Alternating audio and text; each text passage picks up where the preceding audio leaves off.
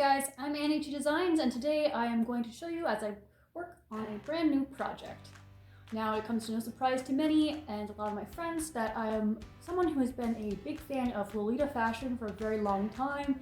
I've taken a lot of Lolita content, that's for sure, watch a lot of Lovely Lord, watch a lot of Scarfing Scarves at Last Week Lolita News, and I've honestly been such a big fan of the fashion for just as long as I've been on the internet, honestly, so 2010 maybe. My only issue is that I never was able to really afford it, didn't really have a job that much when I was younger, and a lot of my money was going towards cosplay and other sewing projects. So I have yet to even get into it. I thought for sure when I would move out of the house I would suddenly be able to afford it, and not quite. But my mother has also been a big fan of Lolita fashion, and last time I was at home she handed me these 3 pieces of fabric over here that she's had since the 90s, and they are printed in a way where they're designed to be made into a dress.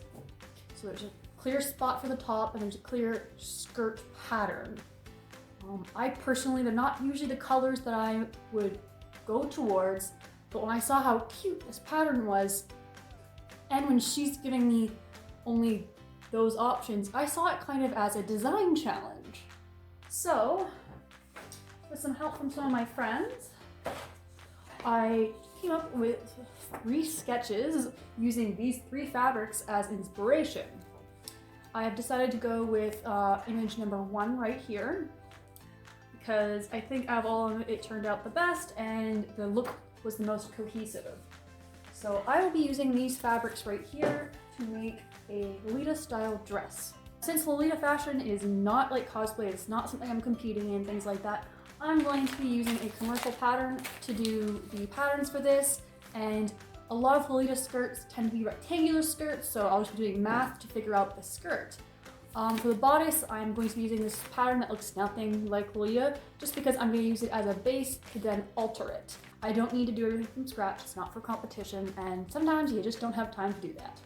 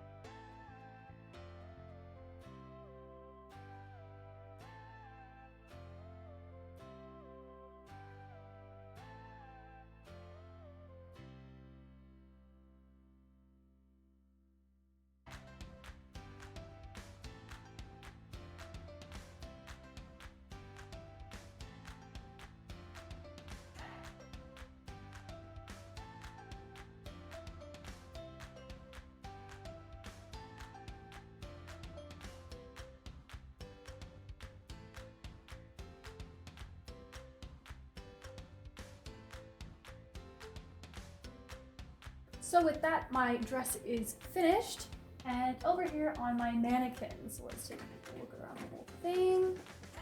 Make sure to have some shots of the full thing as well. So, while doing this project, there are a few things I think I would have done a little differently if I were to do it again. Bodice being the primary example. A big thing that was holding me back while I was working on this project was the fact that even though I've seen so many Lolita pieces in person, it's never been in a situation where I could look at the garment and like look inside, look at the seams, and look at the construction or patterning of it, because it's always been on my friends' bodies. I'm not exactly gonna be like, hey, take that off so I can take a closer look. No, no one's gonna do that. So obviously I have not gotten to take a look. So the bodice is actually a tad more fitted than usual.